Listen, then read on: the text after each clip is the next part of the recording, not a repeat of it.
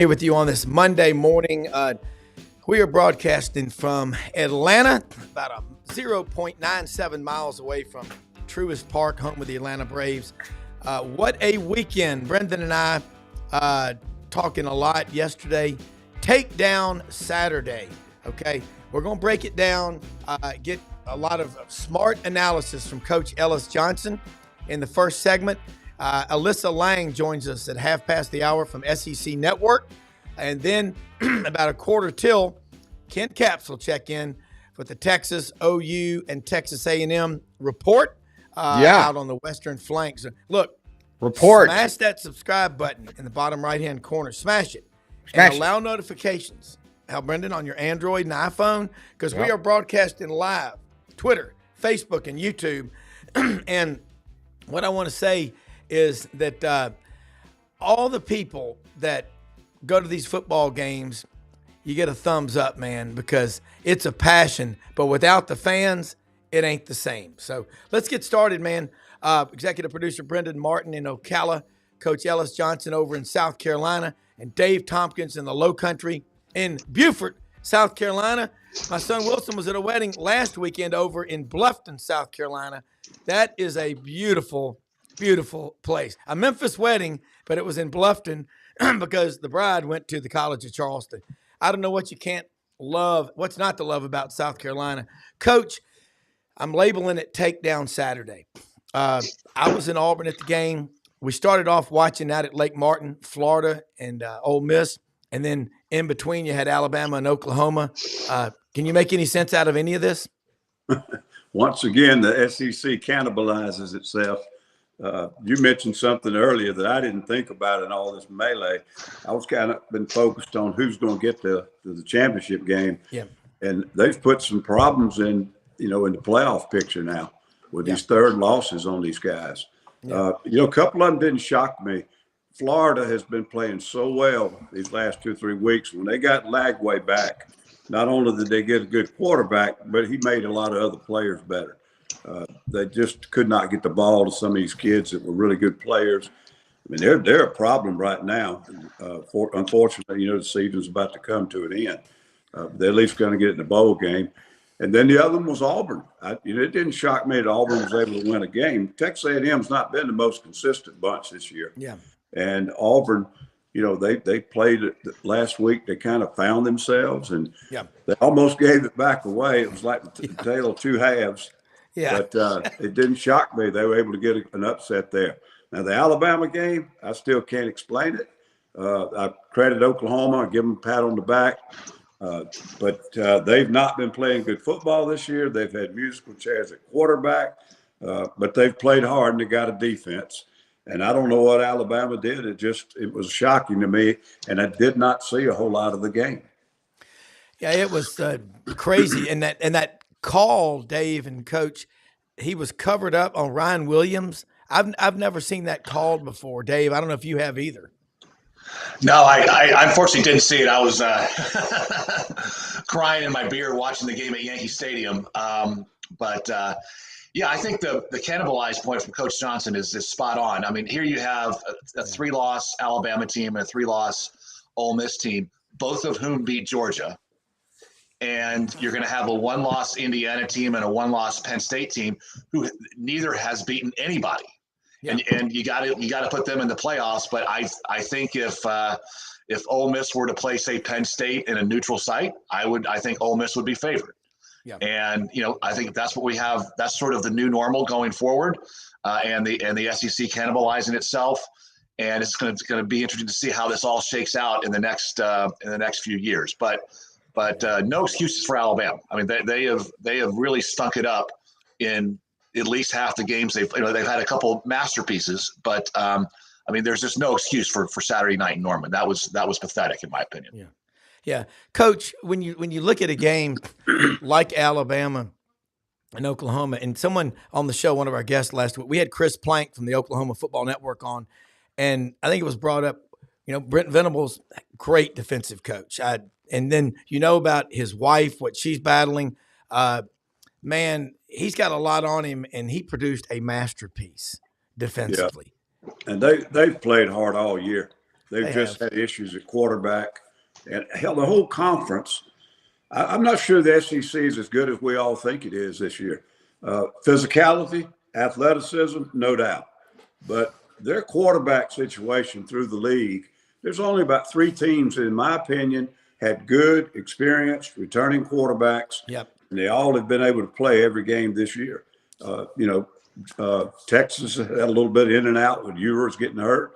Georgia's had their guy all year. They hadn't played well around him sometimes. They've had their guy. Tennessee's got a rookie. Does not play as well as they thought he would. Texas A&M's had musical chairs at quarterback. To go down the list, now, LSU and Ole Miss, they've had their guy, and he played every week and so forth. But it's a league that has great athletes, but sometimes the quarterback play for different reasons is not as good as some of the other conferences. And as a result, I mean, you get some teams that have really good defense, and all of a sudden the quarterback can't function. I mean, Milroe, 3 turnovers, and I've been asked before, who would I rather have it of any SEC quarterback? And when they're playing well, I take Jalen Milroe. But it's been 2 games now this year that he didn't show up. In the interceptions the other day, those are backbreakers. Hurt so bad when Danny Stutzman and Bowman for Oklahoma. There's 2 of the best defensive players on any team in America, and we talked, Dave and Coach. That's 2 programs, 2 of the top 6 winningest programs in the history of college football, and that tradition. There's a lot of pride there. But man, and now Oklahoma goes to LSU Saturday, Dave. That ought to be crazy. Yep. And the teams that we were criticizing profoundly, for the first half of the season are now trending up. Coach Johnson talked about Florida playing great football right now. Who else? I'm having a senior moment here. Oh, Auburn. I mean, and if the Iron Bowl was going to be in Jordan-Hare, I'd say I'd pick Auburn to win the game, and I think they're going to give Alabama a good game of Bryant-Denny. Auburn, they've been competitive in pretty much every game. They've shot themselves in the foot, snatching defeat from the jaws of victory, if you will. But they didn't do that Saturday night, and they played and they won, and they're peaking at the right time, and I think it's a very deep SEC, by far the deepest conference. But yes, because of the dearth of really quality quarterbacks, I don't think there's any standout team with the possible exception of Georgia, but we'll see. Coach, when you look at this league and you talk about cannibalization, in '92, you were on the staff at Alabama with Coach Stallings, going into that first ever SEC championship game, December 5th of '92, and it was cold. It was like in the 30s at that game. What describe that locker room going in, because Florida was like 8-3, Alabama was undefeated, and it was like, we're gonna cannibalize ourselves, and look what happened. Yeah, that's what everybody was afraid of back then, because obviously you didn't have these playoffs. 2 teams got sent to bowls somewhere and matched them up to try to prove who was best. Well, we needed that win, because I think we were still like number 4 or 5 in the country at the time. I'm not sure where Florida was ranked. But the Coach Stallings, I remember, kept telling the kids each week, we're unbeaten. He kept telling them, we haven't won anything yet. Haven't won a conference. Hadn't won a championship. Yeah. And hadn't won, gotten in a national championship. Got to keep playing. But it was, of course, that playoff game, that SEC game, probably was the incubator for all this stuff we're dealing with now, not just the conference championships, but I think people started seeing the interest and the money being made on the conference championships. Yeah. And they said, we need to be doing this with the whole NCAA. And then they started the BCS and all that. But don't get me started, because I'm not a playoff guy. I think they need to go back. But back in 1992, what the world didn't know, but Coach Johnson did know, is that we had Antonio Langham and George C. Oh, God. Coach, I went through Town Creek a couple of weeks ago. I had run over to Athens to meet with Winter Timber Outdoors, our new sponsor.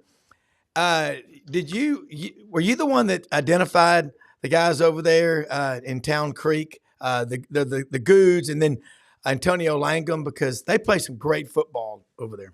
No, those guys were already there or having played before I got there. Okay. A couple of them were older, and then there are two or three last names, and they're all related. Yeah. And, but that was some kind of little football town there. They produced about 5 NFL players over 6 or 8 years. Yeah, it was amazing. All right, Coach, and I want to throw this one at you just for discussion. You look at Florida, and I told Brendan this yesterday, when I'm on the Buddy Martin show, which is on this channel, 9 p.m. Eastern, Monday through Thursday, before they started the 5-game stretch of Georgia and Jacksonville, Texas, LSU, Ole Miss, and Florida State, I predicted Florida would win at least 2 and maybe even a third of these last 5. And people get logo fever. Well, they've won 2 of them. Remember that Georgia game was tied at 20 apiece with 7 minutes to go. Lagway got hurt. Now they got Florida State. Nothing's easy. It's a rivalry, but they could exceed those expectations. What do you know about Billy Napier and Brendan chime in here too? Because isn't he from North Georgia? His father, I know, coached from a wheelchair at the end of his life. This kid he's as much of a coach as there is, isn't he? Yes. And Billy was the quarterback at Furman when I was the head coach at Citadel. Of course, that was our big rival. Yeah. And, so I've known about him and who he was and so forth. Got to spend a little time around him. Unfortunately, we were recruiting against each other. When he was at Clemson, I was in South Carolina, and we were bumping heads over in Rock Hill. But I had coached over in high schools and had too many people hiding in the cracks in the corners, and he couldn't get those kids. Yeah. But I was so glad when they decided not to make a change. And Brendan may feel differently, but I think you're going to see more of that in these coaching decisions. And may have been luck, but Florida made the right decision. They should, unless they just absolutely lay an egg. They're going to beat Florida State. They're going to get in a bowl game, and they're probably going to win 8 games this year. And I hope they don't have a bunch of kids that opt out of the bowl game so that they can, play a really good game. And 8 wins after the way they started. And it really boils down to the quarterback issues they were having. They finally got the right guy. And those decisions are hard. Mertz was the leader on the whole team. Well, yeah. And I wanted to ask you about that, Coach. When you make that move, you can destroy your locker room if it doesn't work. So thank goodness it worked, because Lagway's been a huge key to this. And of course, they play with confidence, feeding off of him. Mm-hmm. Coach, I wanted to ask you. I get a lot of stuff. Billy Napier was on the SEC network this morning, and he was doing an interview. It was just great. And they asked him, he said, "Well, Coach, aren't you glad to sit up and crow?" And now he had a good answer. He said, "Well, no, a lot of the criticism we wanted to play at, we were seeing it, we wanted to, be at that, level of winning." My question, and so I thought that was a really humble answer. So it feels like Billy does, learn along the way, makes his adjustments, and he's got his team going in the right direction, which is obviously, awesome. But my question is more long-winded. I apologize, but Graham Mertz wouldn't get hurt. There still be that quarterback controversy going on, I think, with DJ Lagway. And I think Coach is so loyal to his team and his players, and I think that's one of his qualities, but it could probably sometimes work against you. Do you think that Florida's having this success if they don't have a hurt Graham Mertz and he didn't have to make that decision to start DJ over him? I think hindsight is totally right. and his decisions for making that switch, I think, were correct at the time. But what he was basing it off of, you had an inconsistent, young, talented kid that you weren't sure was what was going to happen. You got an experienced kid who's respected in the locker room and in the huddle, and he's capable, but it just wasn't clicking to a level they needed to win. So that's a hard decision to make. Now, you can see a lot of coaches, they pull that trigger a little quicker.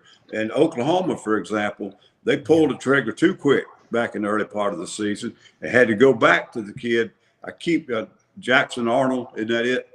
Yeah, that's it. Because I always get it mixed up with Jackson Dart, but it's Jackson Arnold. Yeah. Thank goodness they had a quality kid that didn't, pack it in. And Arnold came back and it's really, that it helped him to get that benching for 2 or 3 weeks.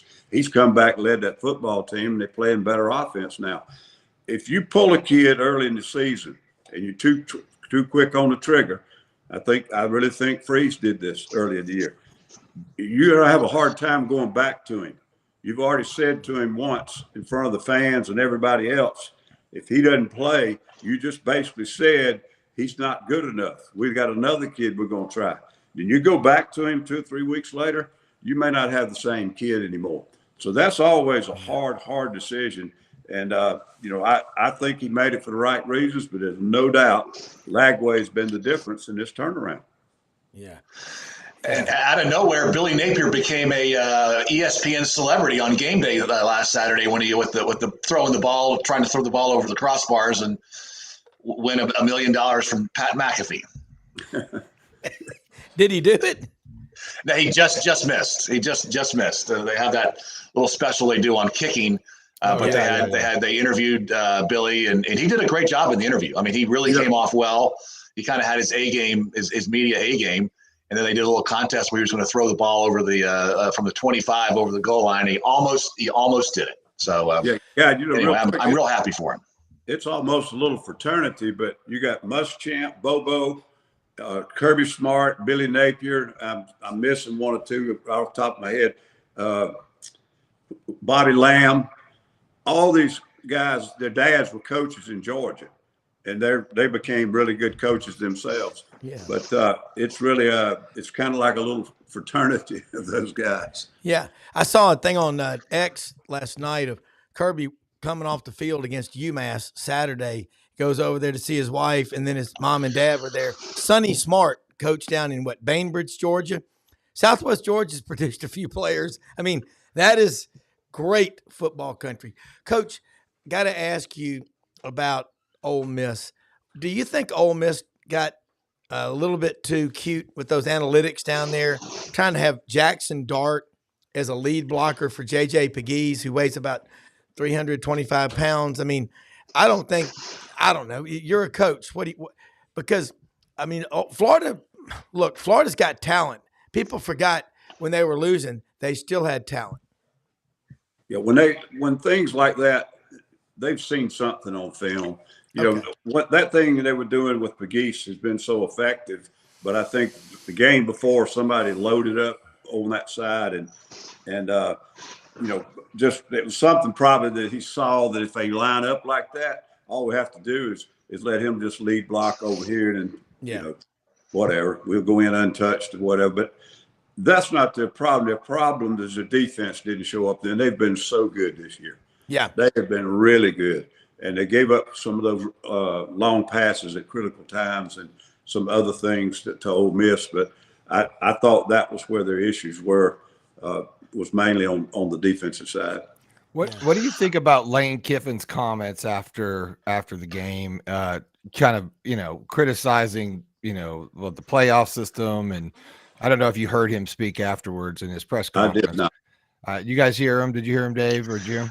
I did not. I was going to make kind of a related point, but I'm interested to hear what his comments were. Yeah, well, he basically came out, and I'm paraphrasing, but he's complaining about the system, and the way it's set up, it's a big decision to be, to playoffs. Like, he was clearly upset with the fact that they're done, and he was just it felt like he was whining a little bit, which felt like a sort of an older version of Lane Kiffin, which I felt were not probably the best comments. What would you think if, I know you didn't hear it, but what are your reactions to that? Well, the system is a mess, okay? But not because Ole Miss didn't get in. It's just a mess. You're gonna let a committee get together and pick who's gonna be in it. I don't care if they have 4 teams, 8 teams, 12 teams, or 20 teams. Somebody's going to be upset and mad and all that because the system is flawed. And again, I wish they'd just throw it all out and go back to the bowl games. If you don't think bowl games are great, you never got to go to one. It's the best thing in the world in college sports. But Daddy Warbucks Disney, that's who they work for now. Everybody works for Disney now, for the almighty dollar. Yeah. There's not a college football arena on that level anymore. That committee gets up in the morning. They're not working for the ADs or the football teams. They're working for Disney. And when they pick those teams for that bracket, you can bet brand names and other things are going to go into it. Yeah. Well, to me, the big question is scheduling going forward. So the NFL schedules, what they're trying to optimize, if you will, is around parity. They're trying to create parity in their scheduling. Right. Well, if the Big Ten is not trying to do that, and the SEC is, I'm not saying that's the case, but I'm just hypothetically, then we're shooting ourselves in the foot, because we're going to have a bunch of 3-loss teams. You know, this year is a great example where Penn State and Indiana are going to get in. And I don't think those teams could beat, you know, a 2-loss or even maybe a 3-loss SEC team. And so if we schedule for parity, we're just gonna continue to cannibalize ourselves, to Coach Johnson's point, and we're gonna get less teams in the playoff, and more Midwest and Northeast teams will get into the playoff, and that just doesn't seem right. And you know, so if I think scheduling is going to be so important going forward.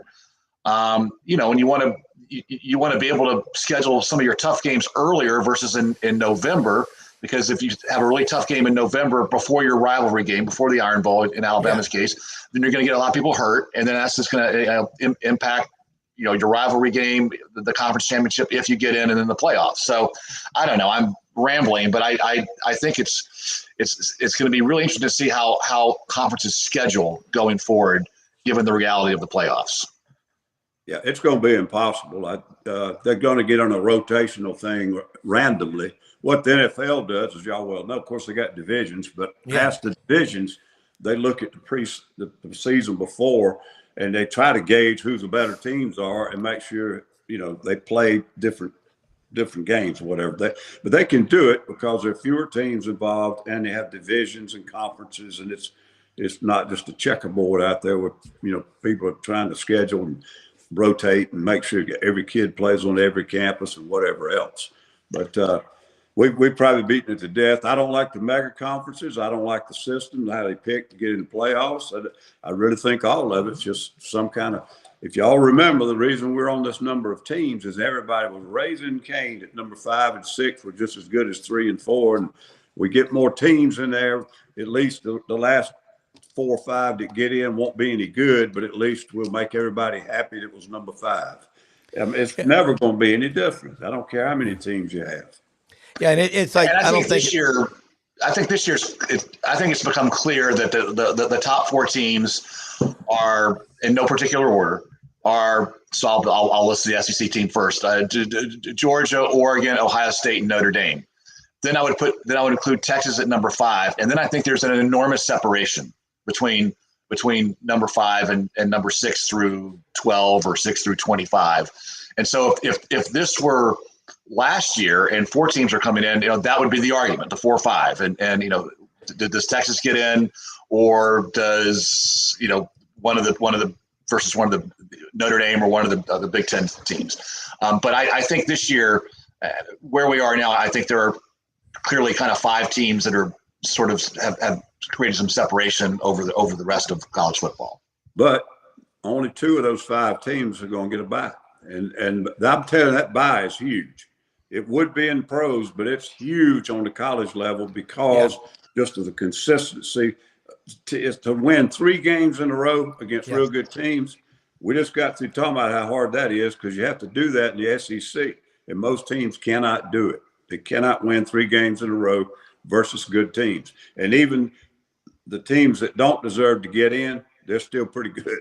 If they won 10 games, they got a good football team. And you got to play 3 of those guys in a row to win that championship.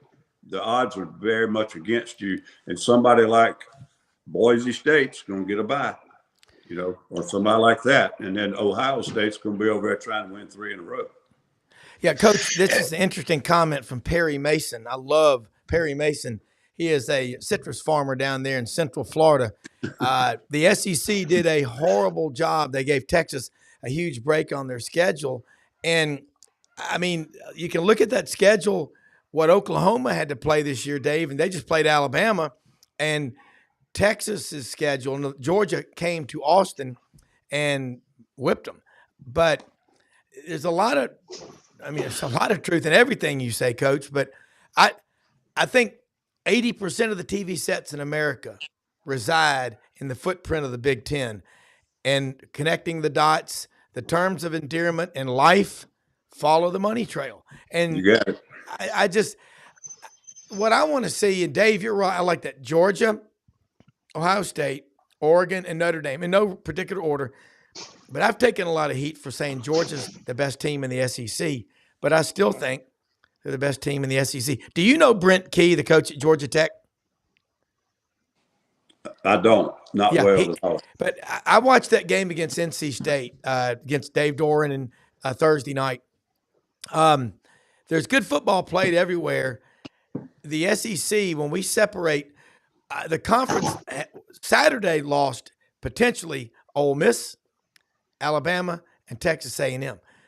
What if Texas A&M beats Texas Saturday? They go to Atlanta, and they're going to have 3 losses. They've got 3 losses now, and they win the conference. You're going to have a 3-loss team in the playoff.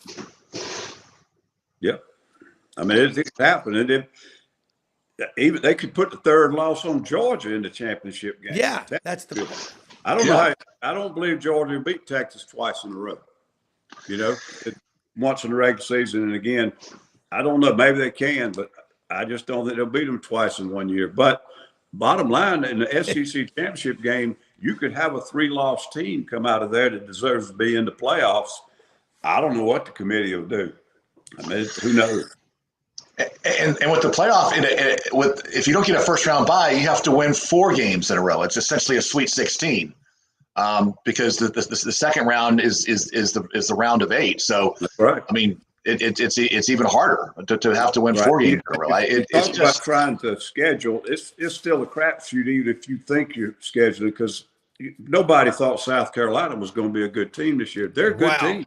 Yeah. Now on the other hand, I wouldn't want to play them right now, but on the other hand, they weren't one of the better teams all year long. But guess who they dodged? Everybody was talking about how brutal that schedule was, and it is hard because it's an SEC schedule. But guess who they dodged?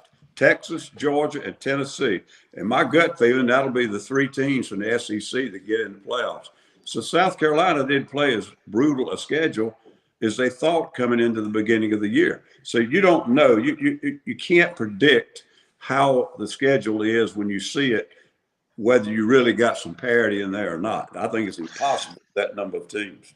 Yeah. You know, and as we kind of, I'll continue the sort of the momentum of worst case thinking, but the worst case of you get to the semifinals, Final Four, and you have a team that's healthy versus a team that has a bunch of people that are banged up, and you know, what does that mean? And then you're looking over your shoulder at the bowl games, and no one's there watching them.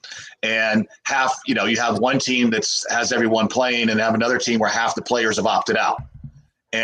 And then you compare that to say 1986, and you know when we all grew up, and you know you had the month between the end of the regular season and the bowl games, and everyone was fired up for the bowl games, and packed houses at all the stadiums, and it was just a wonderful holiday season. So yeah, it's I mean, probably half my mind is kind of for the playoffs, but listening to Coach Johnson, I'm becoming more of a naysayer, and yeah, it's really all about a TV contract.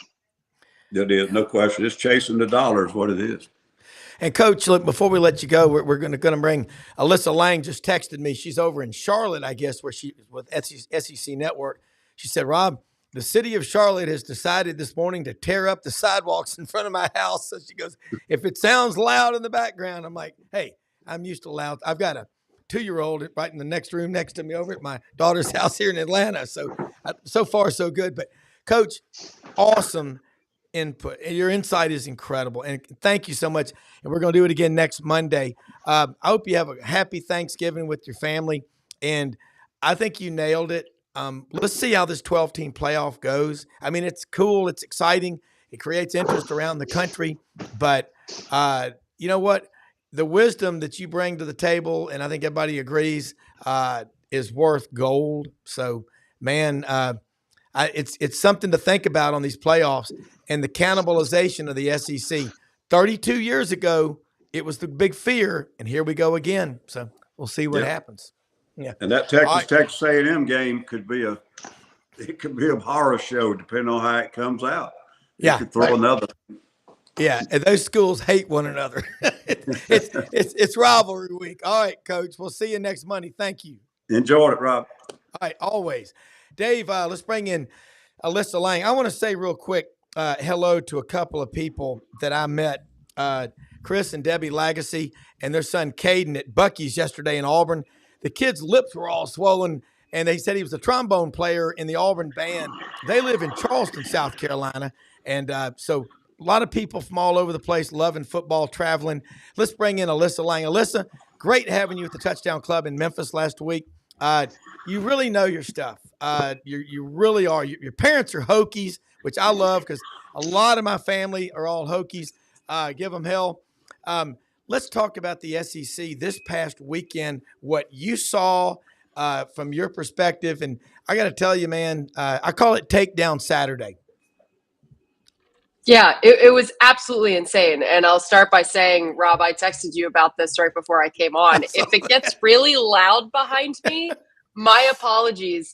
Today of all days, apparently the city decided that the sidewalk in front of our townhouse needs to go. And so they're out in front of it with whatever the tool is. They are drilling it to pieces, and it's been very loud on and off. So apologies in advance for that. But yeah, I mean, I said it last week on our SEC network shows.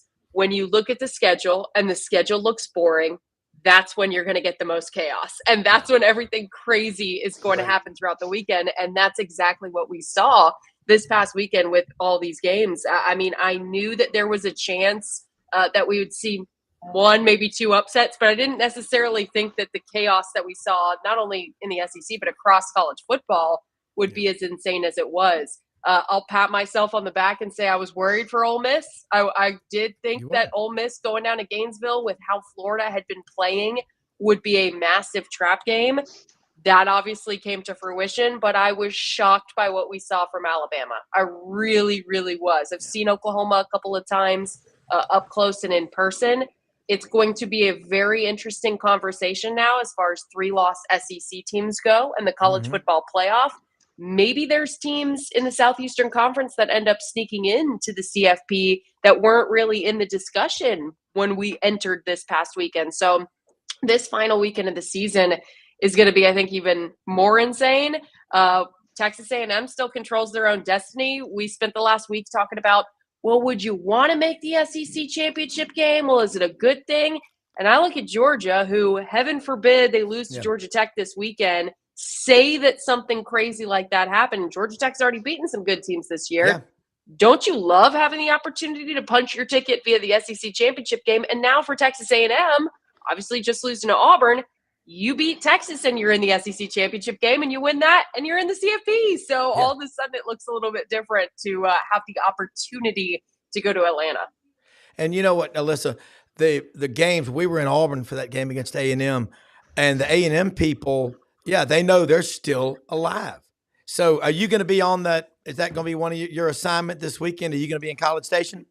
I wish. That would be a ton of fun. I will be in Columbia, Missouri for Arkansas, Missouri this weekend. So fun rivalry game there with two teams that are kind of in different situations, obviously, as far as postseason teams go. But, you know, can Sam Pittman and Arkansas end the season with a bang? You know, is postseason, I believe they're at 5 wins, correct me if I'm wrong, is postseason eligibility something that's in their future? Obviously for Missouri, I had them this past weekend at Mississippi State. We were all really curious to see how Missouri would show up after kind of being out of the playoff picture with that loss to South Carolina. And again, it's even hard to say that you're out of the playoff picture at this point when you're still in the top 25 because of everything that could happen around you. So really, you never know what could end up happening. I think they're still very much alive. I mean, they're not in, but they're very much alive. And then, you know, leave the SEC for a second and you go to the Big 12. Brilliant. And I would argue that perhaps, Arizona State, but after Arizona State, Kansas might be the second best team in the Big 12. I mean, they're knocking off everybody. And it's just an insane year. And this was, Alyssa's right. This was an absolutely insane weekend of college football. Well, Alyssa, Arkansas's got 6. So Arkansas's there. They're going to try to get 7. They're there already. That's right. So, Louisiana Tech this weekend was their bowl eligible win. I think that will be a cool game to go to because of all the storylines and everything like that. But that is, I mean, Arkansas wants that to be a rivalry too. They want it to, and I think Missouri does more than they do. Missouri's the one.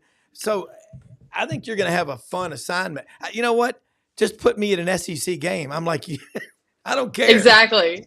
The one bone that I have to pick about this upcoming assignment, and I usually do this probably midweek. I don't know why I did a little bit earlier this week. I usually will pull up the weather app and I will take a look at what the hourly forecast looks like for my game. How do I need to pack? How much do I need to layer?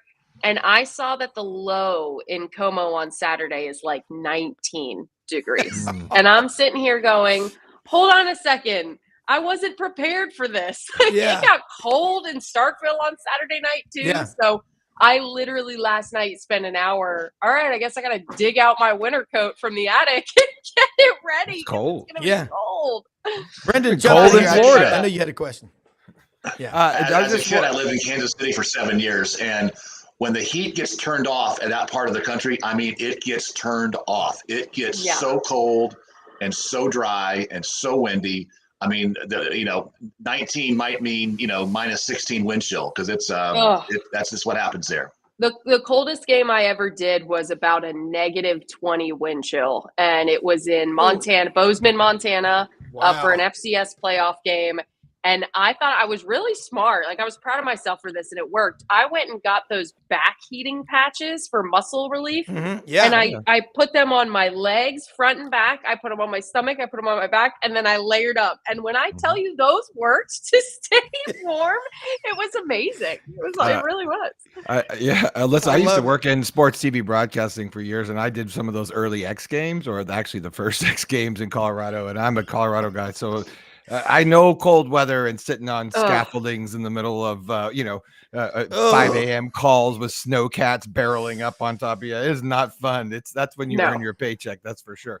I didn't know. It's asked these guys. I was watching SEC Network this morning, as I do every morning, and I was. It was a nice interview with Billy Napier that they had on with Doring. What's your take on, because I had not heard Lane Kiffin's comments until I watched the SEC Network this morning and his post-game presser. What was your take on what he had to say just about college football playoffs and just the whole demeanor there? So I saw some of his comments on the Saturday night show. You'll have to tell me specifically what you saw this morning. Well, it's just on the SEC.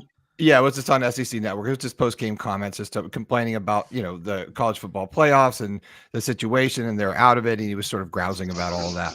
And I was wondering, because it was featured as a clip on, I think, Doring's show after the morning show and with Billy Napier at 8:30. And I just didn't know, what the sort of the take was. I'm friends with Chris Doring, so I always like to hear his take on it. I just know if you guys had mentioned that at all.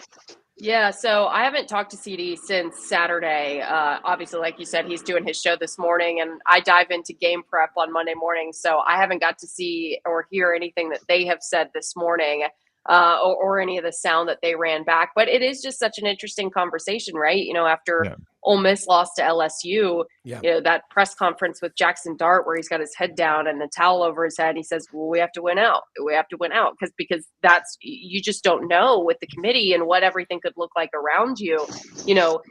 As great of a weekend as it was for Tennessee, you kind of hated to be Tennessee going into this weekend before all the chaos happened because, for the most part, you've taken care of business outside of that win against Arkansas, but you just don't know because maybe it's not enough. And the losses, maybe you're just not enough. For Ole Miss, having lost to Kentucky early in the season, knowing what kind of blemish that looks like. If they don't lose to Kentucky, we're not sitting here having this conversation. That's a home game that they should have won against one of the worst teams, or what ended up being one of the worst teams in the SEC. So, I'm not sure that I am ready to sign, seal, deliver Ole Miss out of this thing yet. I just think that it would be a little premature, again, given the chaos that could still happen this weekend, given what could happen in championship games. Because I sit here and I go, I heaven forbid any of this happen, but you could find conference championship games coming up in 2 weeks where a team gets absolutely blown out or a team loses a key position in a key place. And all of a sudden that's a different team. And the committee goes,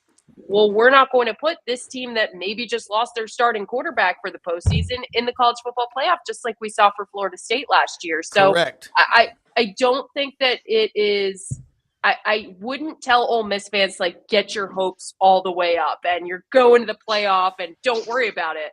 But I also wouldn't tell them that they're fully out of it yet. And they could certainly put up some style points this weekend against Mississippi State in their last conference opponent.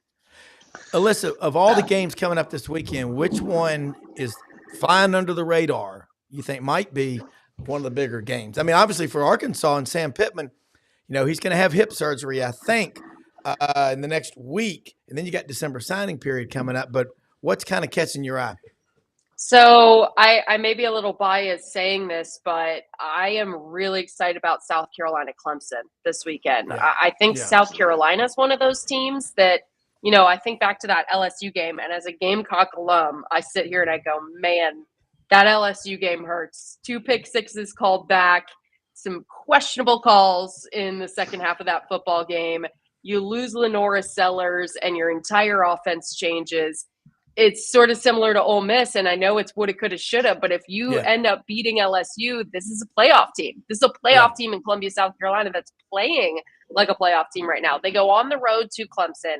I had that game last year. It was an ugly, ugly, low-scoring game in Columbia, South Carolina.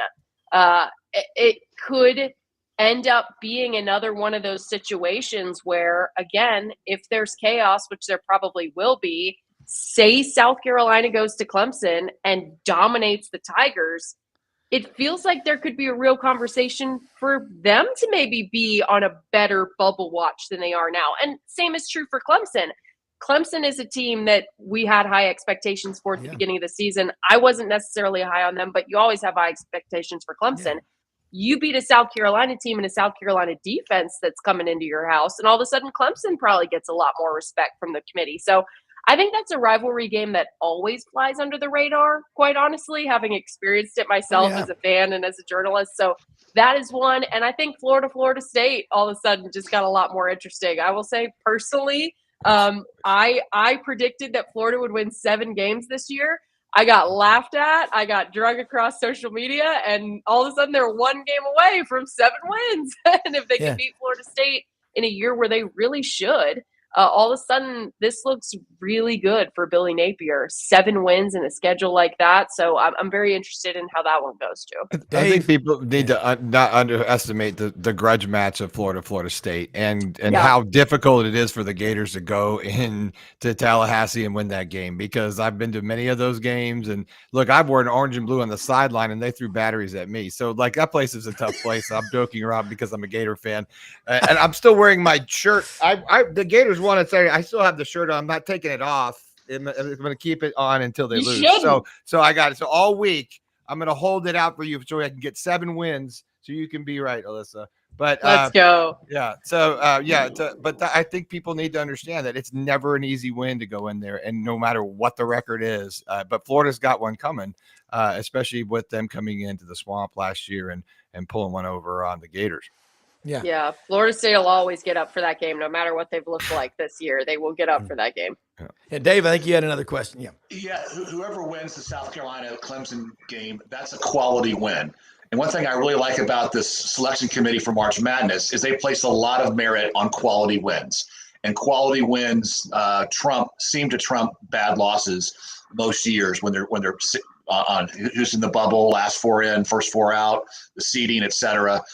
And I think quality wins needs to have more merit in football as well, as we go forward with the playoffs, because I think what's so cool about March Madness, and it's going to be interesting to see if this happens in football, is obviously there's a Cinderella factor. That's a big part of the story arc every year. There's the epic matches, and then the best team almost always wins. After they play 6 games in the tournament.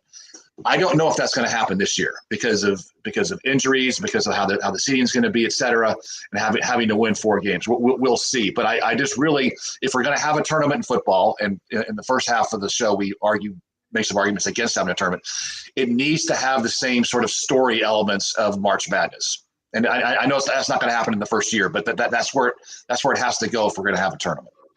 Didn't Mike Leach say years ago, just get rid of the regular season and put 64 teams out there, play bracket style from start to finish? Like, maybe Mike Leach was right. He was right about a lot of other things. Yeah. Maybe he was right. Yeah. You remember you talked to him, man, that interview you did on the field with him.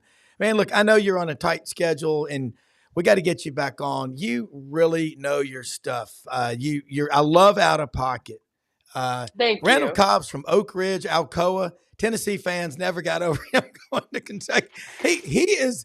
Y'all are really good. You got great chemistry. We had Roman Harper on the show Friday. I love read and react, but keep doing what you're doing, man. I love what you do, and you're just going to keep rising because you bring a lot of enthusiasm, but you're always happy. We only bring happy, upbeat people on this show, and I didn't hear any jazz hands jackhammer in the people. background. That's what we do. Yeah, with the jackhammers outside. How could you not be happy when you're living in SEC country every day? I've been in the swamp all happy. weekend. I can't hear anything anyway. I've got a granddaughter in the next room, but she ate, so she's okay. But we're in Atlanta all week. But Alyssa, how do people follow you on social media, keep up with you, and talk about your show, and we'll let you go? Yeah, if you're still on Twitter, I'm on Twitter at Alyssa Lang, Alyssa Absolutely. G. Lang on Instagram. So those are the two that I use the most. Occasionally TikTok, but not really. Yeah. Okay. All right. Well, look, man, have a great week. Have fun out there in Missouri for the game. Dress warm. We'll be watching. You're a credit to the profession, man. I love it. Thank y'all so much for having me. I really appreciate it. Hope we can do this again soon, and have a happy Thanksgiving, guys. Same to you. Happy Thanksgiving. We'll get the 7 Thanks, wins guys. for you. Happy Thanksgiving. Yeah, there you go. 8 wins. Hey, Yeah, look, Dave. I wanted to. Don't laugh. Brendan's got it on tape. When we picked preseason on the Buddy Martin show, I picked the Gators to go 8-4, and I thought they could do it. And I thought they would win at least 2 of the last 5 games, and people thought I was a heretic. I was taken away for re-education. But now, look in the background. By the way, Ken, I know you're a Texas grad, but does anyone ever eat Longhorn beef at a steakhouse? I've never had it before because Bevo is a fine-looking young man there. Well, he still is, but that is just a beautiful background. How you doing? I'm doing great today. And after Saturday night and watching your game and watching the Sooner shocker, my head. I need to go to therapy today or something. I just can't believe what happened. And I was telling you I wanted to tell a funny story about watching the 2 games at my mother's house, my 90-year-old mother's house, and in Austin. And I think everybody on the left hand of the screen here, and a lot of our fans will appreciate this. I've got a 90-year-old mom that she does finally have a flat screen TV, but it's not a smart TV. Okay, it's not a smart TV. Okay, so you understand. So in our house up here, we now have one of those fancy TVs where you can watch 4 games at the same time. Okay, at my mom's house, you can only watch 1 game at a time. Okay, so me and my buddy Joe are at the Texas Kentucky game. We come back home so we can to my mom's house. It's still home to me. Go back home so we can watch Auburn A&M and Sooners Alabama. And but we're having to flip back and forth.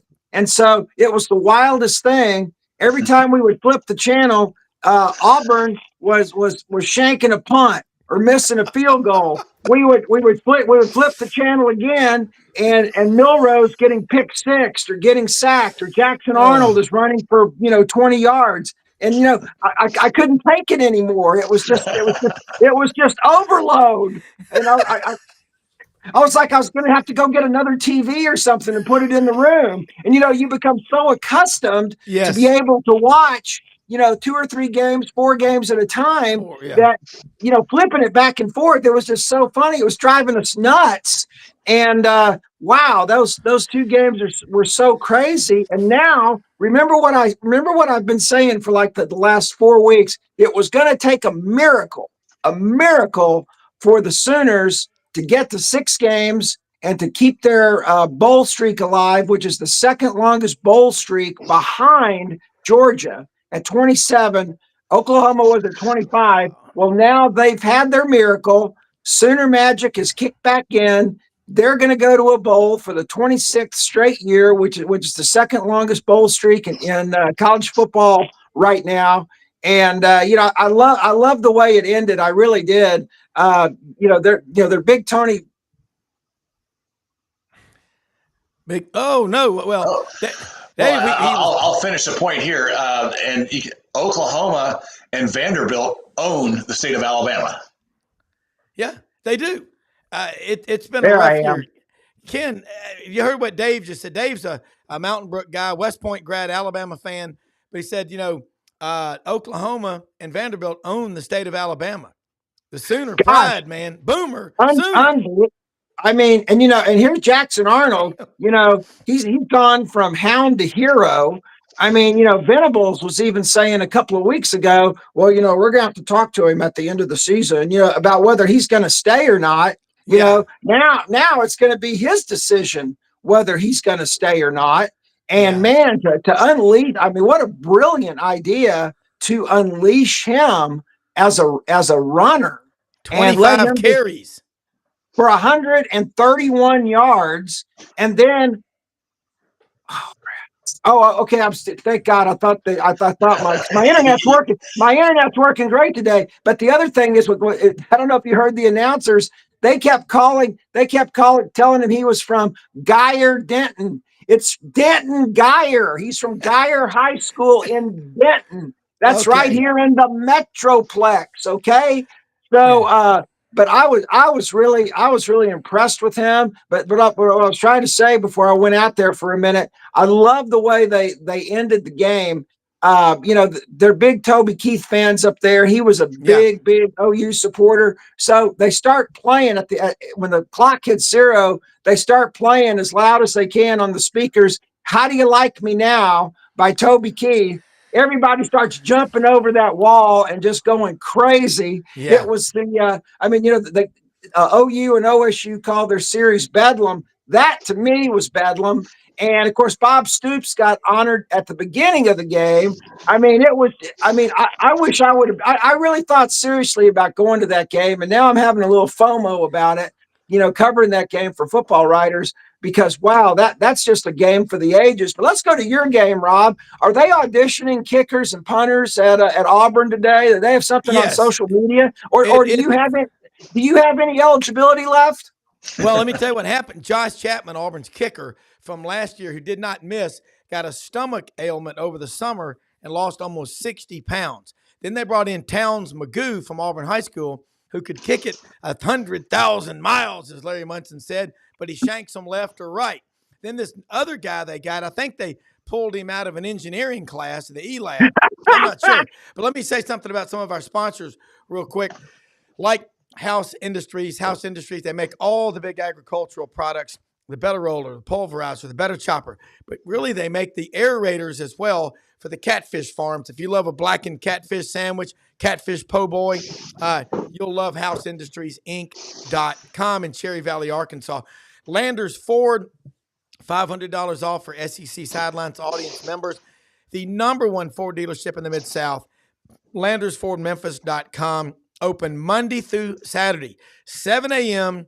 to 7 p.m. Service and sales. Ask for Brad Bellamy, the general manager out there. If you didn't buy your last car, truck, or SUV from Landers, you probably paid too much.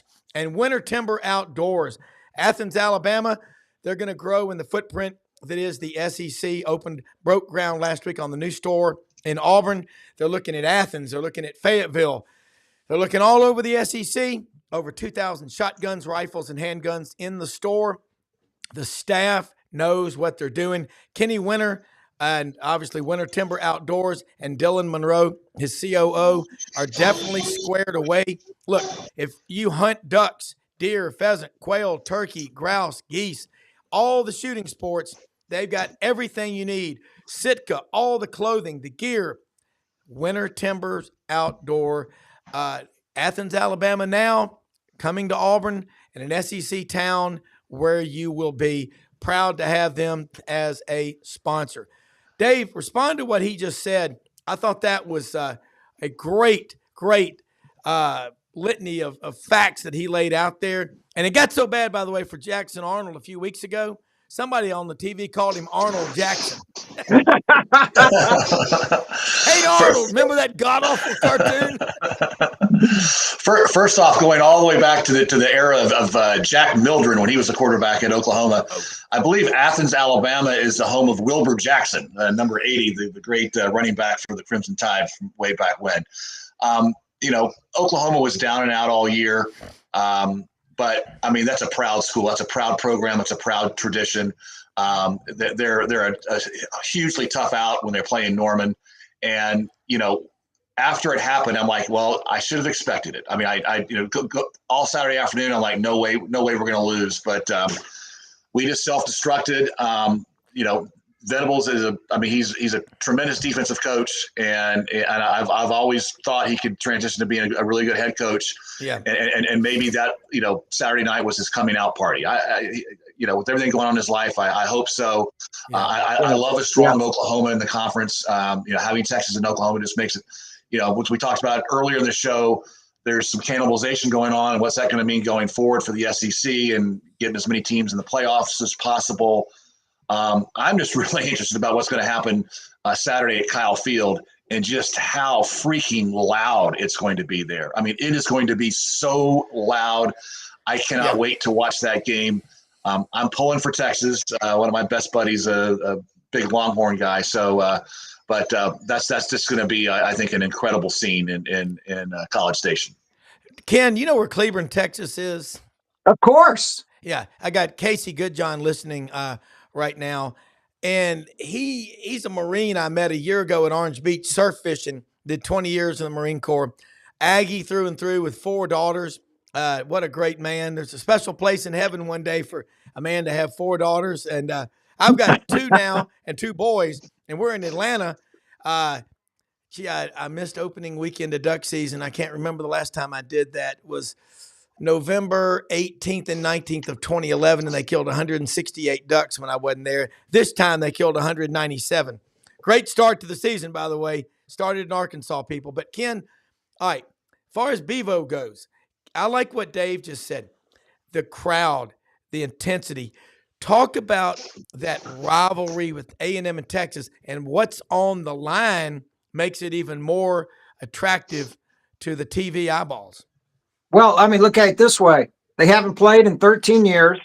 Texas, the last time they played, Justin Tucker, who is now a Hall of Fame kicker in the NFL, kicked a walk-off field goal in College Station and to win the game 27-25. Texas plays that clip at every home game since then. And, you see that the Aggies had to live with that for 13 long years. And, they've been loaded for bear ever since then. And believe it or not, Texas just here with one loss at home to Georgia, and A&M with that blowout loss to South Carolina. And then, your boys there in Auburn taking them to 4 overtimes and winning. Somehow, I really don't understand this, but somehow if A&M wins, they go to the SEC championship game with two losses in the SEC, and Texas only has 1. I guess because they would own the tiebreaker over Texas. If Texas wins, they go to the SEC championship game. And don't look back. Don't collect $200 when at the Monopoly table.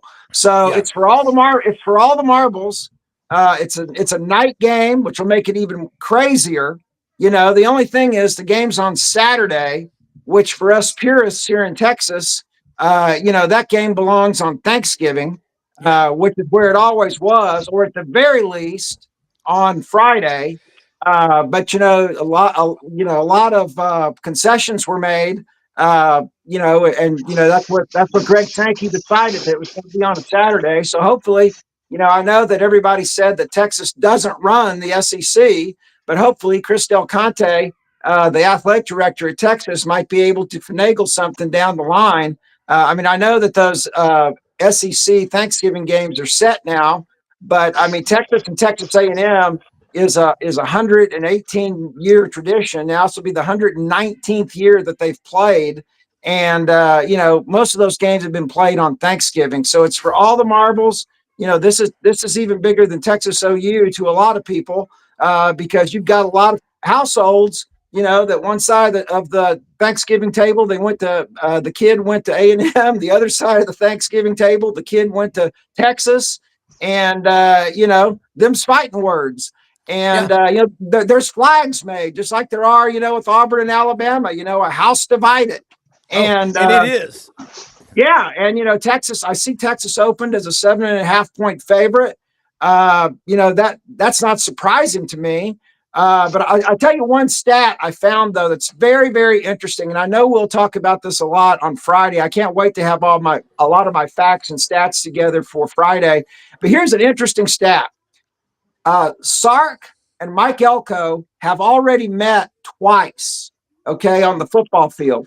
And that was when Sark was the offensive coordinator at Alabama. Yep. And Elko was the defensive coordinator at A&M. Alabama and Sark beat Elko and A&M twice, and Sark's offense versus Elko's defense put up almost 500 yards per game on Elko's defense. So I don't, that's an interesting stat. What Mark Twain said about stats. Don't mean a damn thing, but I just thought that was interesting that that Sark's offenses put up that many yards on Elko's defenses. And and again, you look back at A&M. A&M. I was very impressed, Rob, how Auburn pretty much kept a lid. I mean, as much as they could, put a lid on Marcel Reed all night. I mean, he got his yards here and there, but they stopped him a lot and sacked him a lot and stayed on top of him.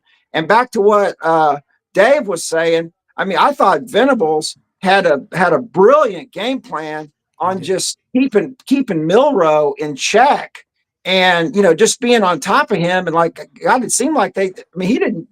I don't think he got a big scramble one time, and being able to sack him all the time and keep him from running for big games. And of course, the pick six was the giant killer, in my opinion, in the OU Alabama game. Wouldn't you agree? Absolutely. I think Venables did a job Saturday night as he used to do when he was at Clemson and in Clemson's 2 national championship. I think it was Jalen Hurts that in that case just had him completely bewildered, and he had Jalen Milroe completely bewildered. And Jalen Hurts is a smart guy, as is Jalen Milroe. But Venables was able in both those situations just to completely just befuddle the quarterback and the offensive coordinator. So give them all the credit in the world. And then, looking ahead for the SEC, how awesome is it that this Saturday going forward is going to include both Texas A&M, and the Iron Bowl? I mean, that is just is just epic. And, it will be, David. And correction here real quick on the kicker, Doug Dean. I was with him. Just reminded me, I was saying Josh Chapman. No, it's Alex McPherson from Fort Payne, Alabama, Auburn's kicker that's been out, lost about 60 pounds. But yeah, that normally is a guarantee that Auburn will have good kicking. And special teams guys are a third of every game. And along the line of what both of y'all are saying, the TV, like I say, we're over here with Mallory. She's an Alabama grad in the room next door. Wife is a Vol. I've got Auburn. I mean, I've got Gators. We're all over the place. But guys, that Hook'em Hut, I absolutely love the Hook'em Hut. Now, Dave, Ken, you've got the internet perfect. Whatever you did, you got Starlink or whatever. That's what I'm going to get over there at the farm. But keep doing what you're doing. And Dave's going to get a Yeti Blue mic with the headphones. Get you one at Best Buy. With the headphones like this and a Yeti Blue mic, you will sound, because Dave's got a broadcast voice, and the data that comes out of his noodle is amazing. And for both of y'all, I'm going to throw another thing at you. These rivalry games. I'm like Blind Squirrel Sports. It's going to be hard. I mean, and I ran into a lot of people over the weekend that watch our show and that we'll be watching now. It's really cool when you go to a Buc-ee's. Boy, Yeah. we were at the Buc-ee's in Auburn yesterday, and we stopped at the one in Leeds, Alabama, Friday night on the way over from Memphis to Atlanta. My goodness. Wow. You talk about, look, Buc-ee's needs to be the official. You know what? A friend, Billy Roberts, and I were driving back to Atlanta from Auburn, Lake Martin yesterday. Billy made a great point. He said, someone said, what is Buc-ee's? He said, imagine if a truck stop and Walmart had a baby. It would be Buc-ee's.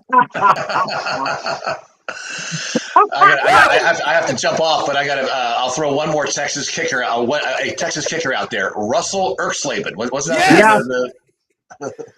One of the greatest 67, names of all time. Kicked a 67-yard field goal in 1977. I was there. I was a mere 16 years old at the time. And I mean, that was unheard of. Now you've got these kids kicking 50 and close to 60 all the time. That was unheard of. And if you recall, I love that piece of trivia, Dave, because the next week, Steve Little at Arkansas kicked another one that was just as long. And then who was the kicker at Tony Franklin at A&M?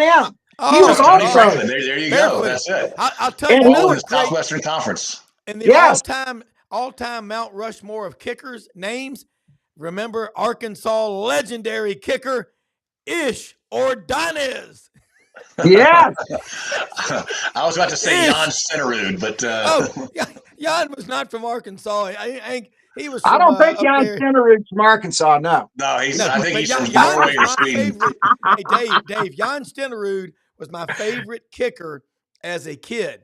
And I one time got on an elevator in Atlanta at the downtown Omni, and Hank Stram was on there. And I told my dad, and I said, I almost did it.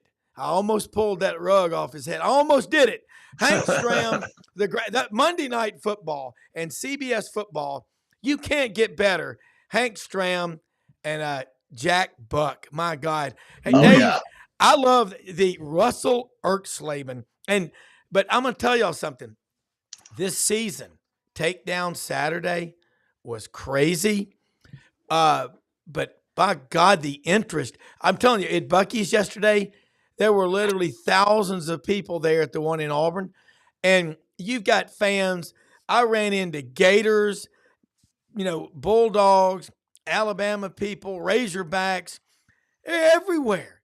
And they love college football. It pulls people together. I mean, just Ken, the smart TV thing, like Dave and I were talking, you got 4 of them going, and right.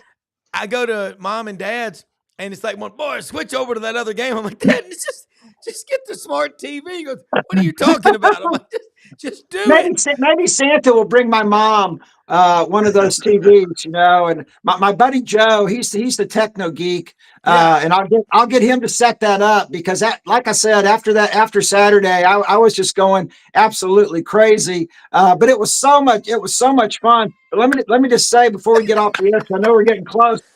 We do have something to watch this week. Yeah.